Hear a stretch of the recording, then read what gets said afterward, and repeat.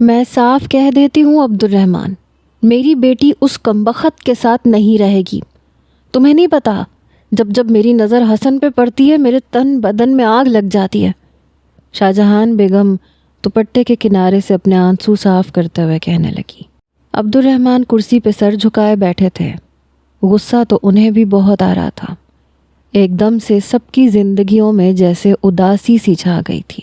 Factory الگ گھاٹے میں جا رہی تھی۔ فیضان کا کچھ پتہ نہیں تھا۔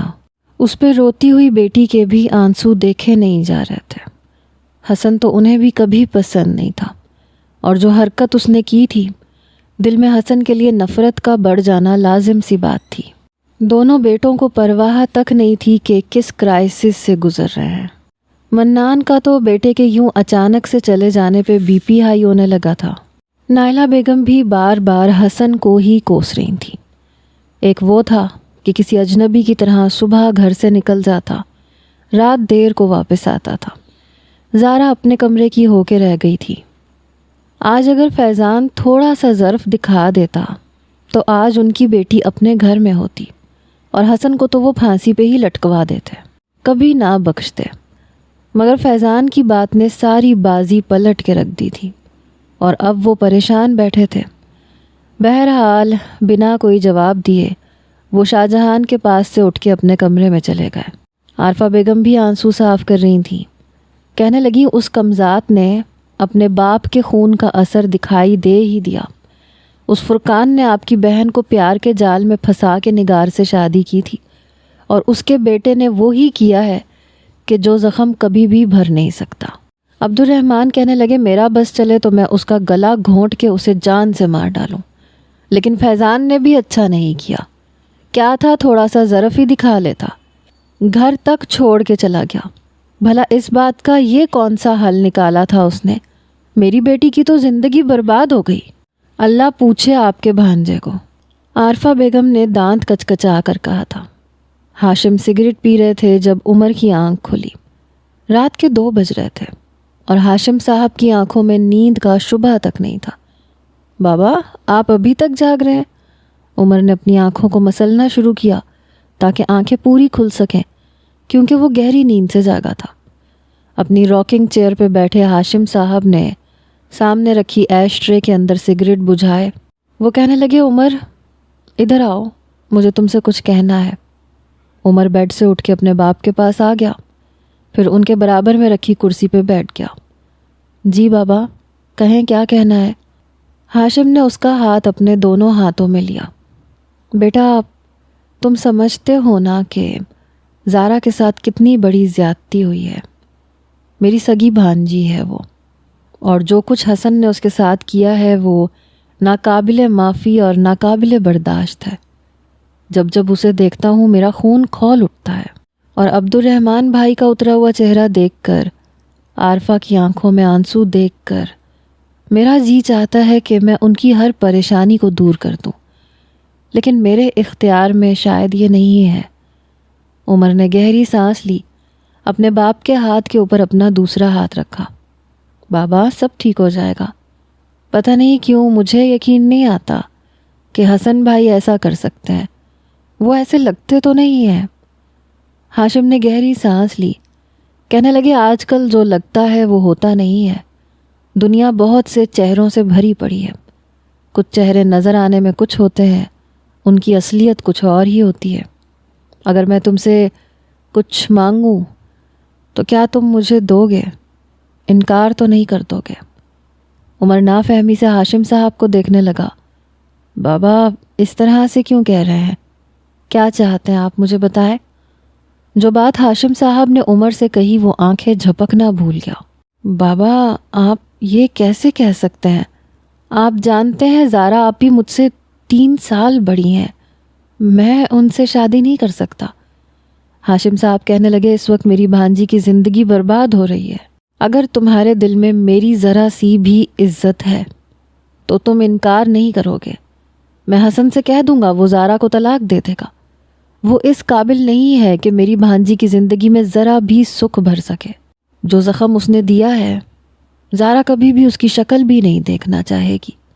زندگی گزارنا تو بہت دور کی بات ہے، اور پھر میاں بیوی کا تعلق بہت الگ ہوتا ہے.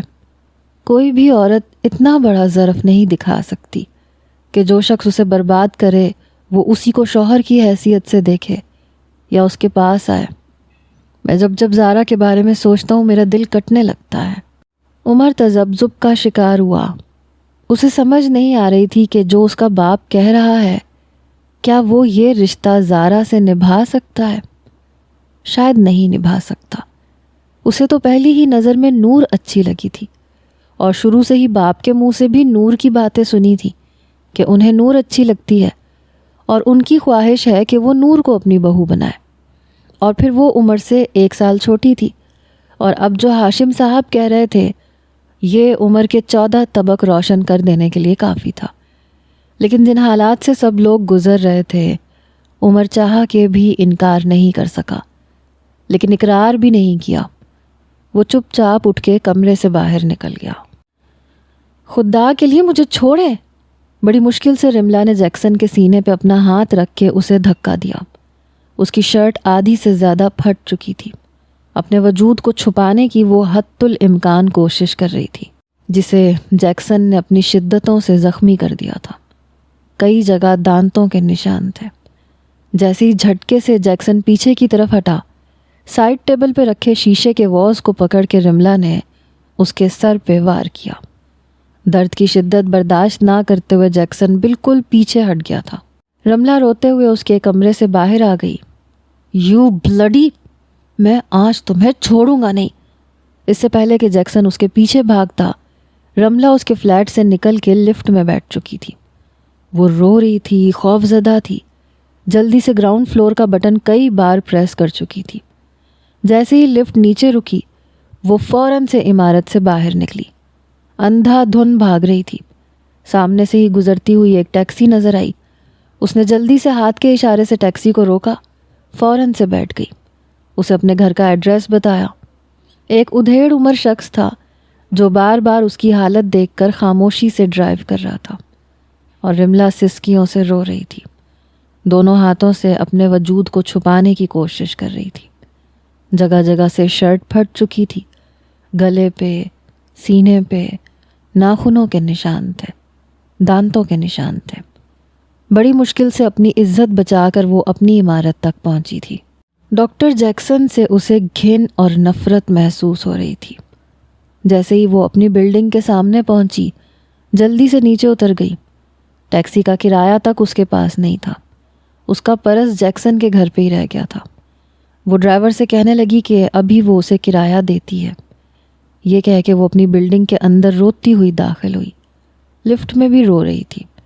جیسے ہی لفٹ اس کے فلور پہ رکی وہ تیزی سے بھاگتے ہوئے اپنے فلیٹ تک پہنچی. دروازہ زور سے دھڑدھڑایا.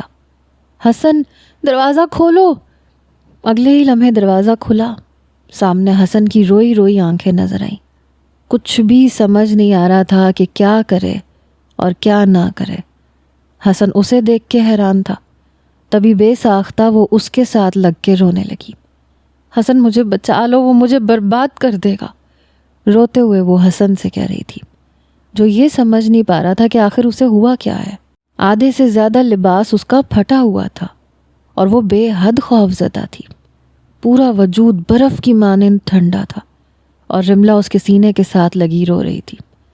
حسن تو یوں تھا جیسے فریز ہوا ہو. نہ اس کی حالت سمجھ آ رہی تھی، نہ اس کا یوں کپ کپانا، رونا، بلکنا سمجھ میں آ رہا تھا. کچھ وقت یوں ہی گزر گیا. ٹیکسی ڈرائیور کی آواز پہ شاید رملا کو احساس ہوا کہ وہ کہاں کھڑی ہے اور کس کے ساتھ لگی ہوئی ہے. وہ فوراً حسن سے پیچھے ہٹ گئی. ٹیکسی ڈرائیور کہنے لگا میڈم آپ نے پیسے نہیں دیے. رملا آنسو صاف کرتے ہوئے اندر گئی. اپنے کمرے میں جا کر سائڈ ٹیبل کے اندر سے اس نے پیسے نکالے اور ٹیکسی ڈرائیور کو دے دیے. دروازہ حسن نے بند کیا. اب رملا کافی حد تک سنبھل چکی تھی. روتے ہوئے اپنے کمرے میں چلی گئی. اس سے پہلے کہ اپنے کمرے کا دروازہ بند کرتی حسن اپنا پاؤں اس کے دروازے پہ رکھ چکا تھا. وہ اس کا دروازہ بند ہونے سے روک چکا تھا. رملا روتے ہوئے بولی تھی پلیز جاؤ یہاں سے. اس وقت وہ اکیلی اپنے کمرے میں رہنا چاہتی تھی. جو کچھ اس کے ساتھ ہوا تھا اس پہ جی بھر کے رونا چاہتی تھی. کس شخص کا انتخاب کیا تھا اس نے، جس نے اس کے ساتھ درندگی برتی تھی؟ ایک ڈاکٹر ہوتے ہوئے جو سلوک اس نے رملا کے ساتھ کیا تھا اور کیسے وہ اپنی عزت بچا کے آئی تھی، یہ وہی جانتی تھی۔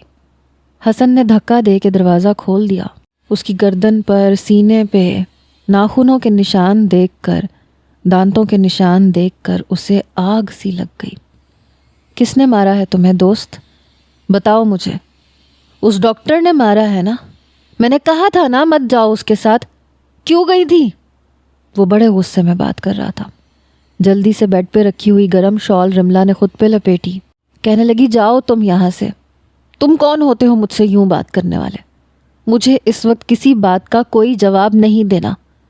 حسن کہنے لگا ایسے کیسے نہیں دینا، بتاؤ مجھے، اسی نے مارا ہے نا تمہیں؟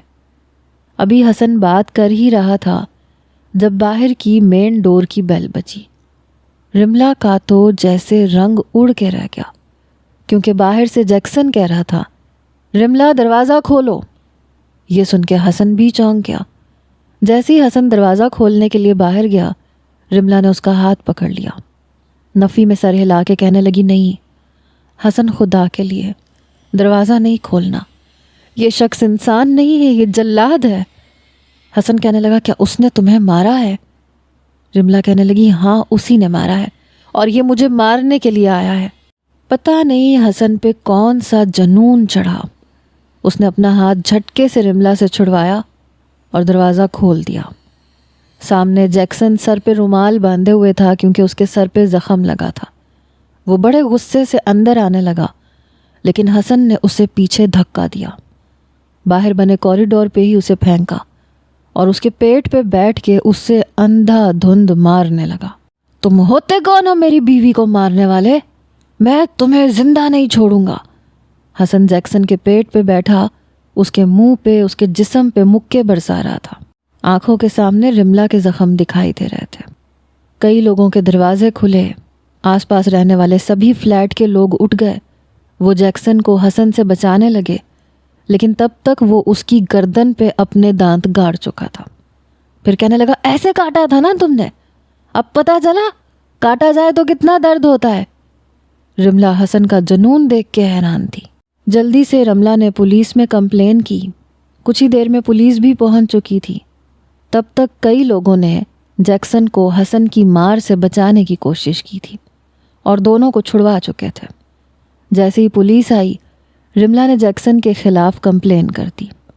پولیس اسے لے جا چکی تھی۔ رملا کمرے میں آ کے دروازہ بند کر چکی تھی، اپنے کپڑے بھی تبدیل کر چکی تھی۔ صبح دیر تک وہ اپنے کمرے میں ہی رہی۔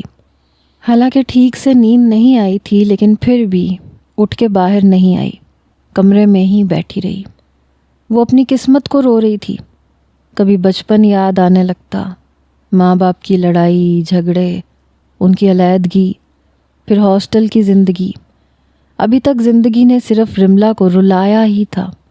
ہم سفر کے لیے جس شخص کو چنا وہ بھی اچھا نہیں نکلا۔ البتہ جس کو قسمت نے وقتی طور پہ اپنا بنا دیا تھا، اس نے ضرور تحفظ دیا تھا۔ جس سے اسے امید تک نہ تھی، اسی نے اسے بچایا تھا، بدلہ لیا تھا۔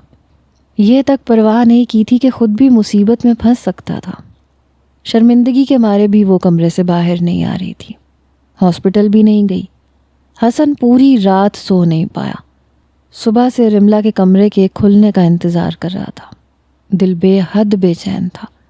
جب جب آنکھیں بند کرتا تو رملا کی گردن پہ، سینے پہ دانتوں کے نشان نظر آنے لگتے، تو لگتا تھا کہ رملا کی اذیت اسے اپنے وجود پہ محسوس ہو رہی ہے۔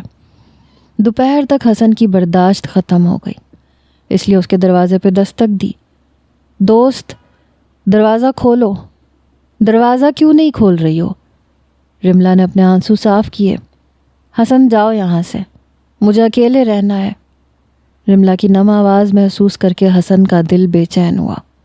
کیوں اکیلے رہنا ہے؟ دروازہ کھولو، مجھے تمہارے پاس آنا ہے۔ تم نے کچھ نہیں کھایا، میں نے بھی کچھ نہیں کھایا، دروازہ کیوں نہیں کھول رہی ہو؟ وہ کسی ضدی بچے کی طرح سے مسلسل دروازے پہ دستک دے رہا تھا۔ رملا نے اٹھ کے دروازہ کھولا، آنکھیں روئی روئی سی تھیں۔ حسن فوراً سے اس کے پاس آیا۔ کیا بہت درد ہو رہا ہے؟ میں دوا لگا دوں؟ کسی معصوم بچے کی طرح سے پوچھ رہا تھا۔ رملا نے نفی میں سر ہلایا، کہنے لگی نہیں، میں نے لگا لی ہے، میں تمہیں ناشتہ بنا دیتی ہوں۔ حسن کہنے لگا نہیں کھانا، مجھے بھوک نہیں ہے۔ میں نے کہا تھا نا مت جاؤ اس کے ساتھ، وہ اچھا انسان نہیں ہے، بہت برا ہے۔ رملا نظریں چرانے لگی، کہنے لگی ہاں تم ٹھیک کہہ رہے ہو، وہ بہت برا انسان تھا۔ پھر کہنے لگی حسن تم مجھے چھوڑ کے تو کبھی نہیں چلے جاؤ گے نا؟ پہلی بار ایسا ہوا کہ رملا نے اس کا ہاتھ پکڑا، اسے آس بھری نظروں سے دیکھ رہی تھی، حالانکہ جانتی تھی کہ وہ اپنی یادداشت بھولا ہوا ہے، اسے کچھ بھی یاد نہیں ہے، کبھی بچپنے میں آ جاتا ہے، کبھی ٹھیک ہو جاتا ہے، کبھی کبھی اسے اپنا آپ یاد بھی آنے لگتا ہے، لیکن پھر بھی جس قدر وہ ابھی تک ٹوٹ چکی تھی اسے حسن ہی ایک واحد سہارا نظر آ رہا تھا۔ حسن نے اس کے ہاتھ پہ ہاتھ رکھا، نہیں چھوڑوں گا تمہیں، میں کیوں تمہیں چھوڑنے لگا؟ تم میری ہو اور اپنی چیزوں کو کوئی نہیں چھوڑتا۔ پتہ نہیں کیوں اپنا آپ بہت تنہا محسوس ہو رہا تھا، اس لیے رملا حسن کے ساتھ لگ گئی، آنسو بہانے لگی، کہنے لگی ہاں اس وقت صرف تم ہی میرے اپنے ہو، اس کے علاوہ اور کوئی نہیں۔ حسن کے سینے سے لگی وہ یہ کہہ رہی تھی۔ حسن کہاں ہو تم؟ حسن کے ایک کولیگ کی کال آئی تھی۔ حسن کہنے لگا میں گھر پہ ہوں، تم سناؤ رؤف تم کیسے ہو؟ رؤف کہنے لگا کیا تم مجھے ابھی مل سکتے ہو؟ مجھے تم سے بہت ضروری بات کرنی ہے۔ کافی پریشان لگ رہا تھا، یہ ارشد ملک کے ہی آفس میں کام کرتا تھا۔ حسن کہنے لگا ہاں ٹھیک ہے، تم اپنی لوکیشن سینڈ کرو، میں تم تک پہنچ جاتا ہوں۔ خیر تو ہے؟ رؤف کہنے لگا بس سمجھو خیر ہی نہیں ہے، لیکن فون پہ نہیں بتا سکتا، میں تمہیں لوکیشن سینڈ کر رہا ہوں، تم وہاں پہنچ جاؤ۔ کچھ ہی دیر میں رؤف نے ایک لوکیشن سینڈ کی۔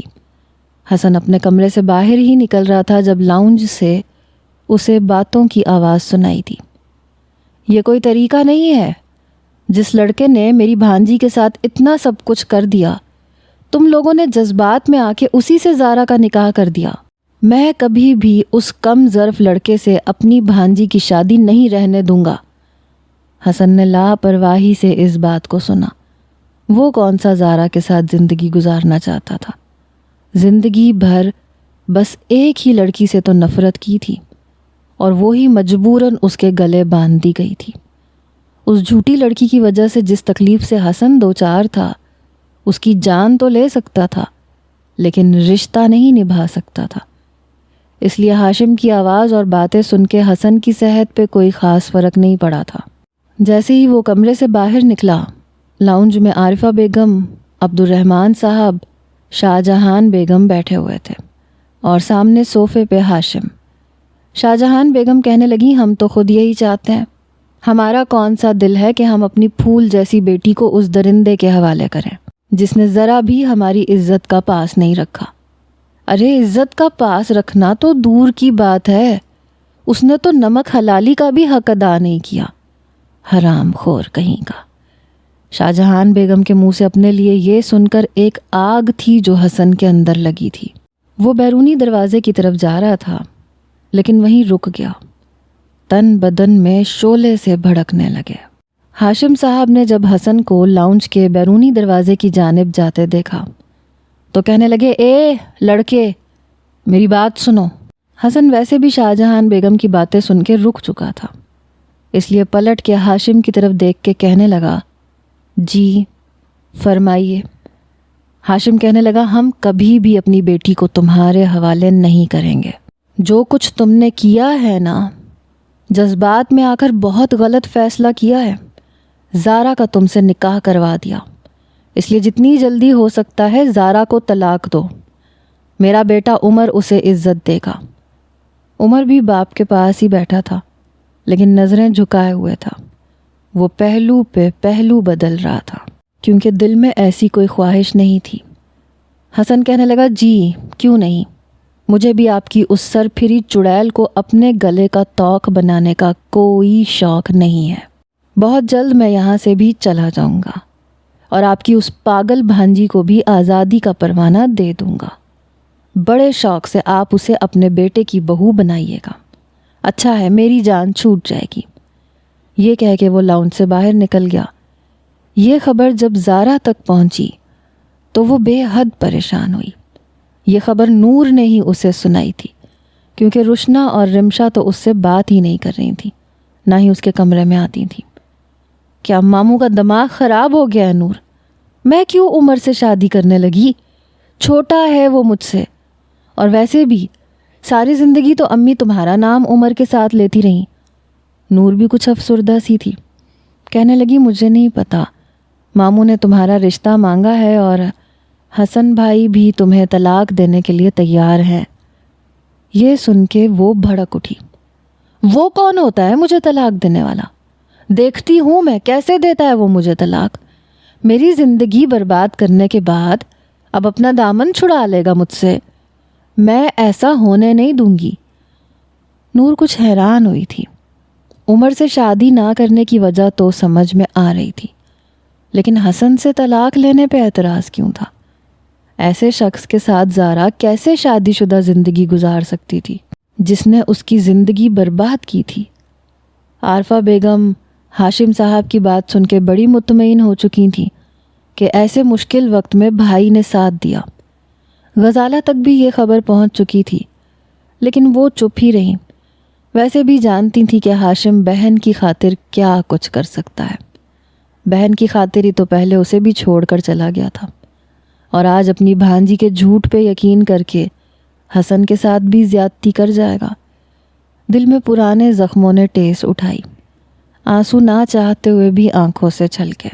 ہاشم سے آخری ملاقات یاد آئی، جو اسے محبت سے روشناس کروا کر امیدیں دلا کر جا چکا تھا، کبھی نہ واپس آنے کے لیے۔ آج بات اپنی بھانجی پہ آئی تو کیسے خون نے جوش مارا، محبت امڑ آئی، اور وہ کیا تھی اس کے لیے؟ ایک دل لگانے کا سامان۔ غزالہ نے اپنی آنکھوں سے بہنے والے آنسو صاف کیے۔ بہرحال حسن جب رؤوف کے پاس پہنچا تو رؤوف کو تیار دیکھ کے حیران تھا۔ کہنے لگا رؤوف تم تو کہیں جا رہے ہو؟ وہ کہنے لگا میں نہیں جا رہا، ہم جا رہے ہیں، چلو میرے ساتھ۔ وہ اپنے گھر کے باہر ہی کھڑا تھا۔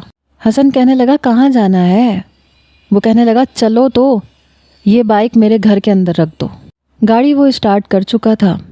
حسن نے اپنی موٹر سائیکل رؤوف کے گھر کے گیراج میں کھڑی کر دی اور خود اس کی گاڑی میں بیٹھ کے چلا گیا۔ وہ ایک ہال میں پہنچا، شاید کسی کی شادی کا فنکشن تھا، لیکن جیسے ہی ہال کے اندر داخل ہوا، سامنے بیٹھی لڑکی کو دیکھ کر جیسے اس کا دل دھڑکنا بھول گیا۔ سامنے نایاب بیٹھی تھی، اور ساتھ میں ایک نوجوان بھی تھا جو اس کے ہاتھ میں انگوٹھی پہنا رہا تھا۔ نکاح کی رسم ہو چکی تھی۔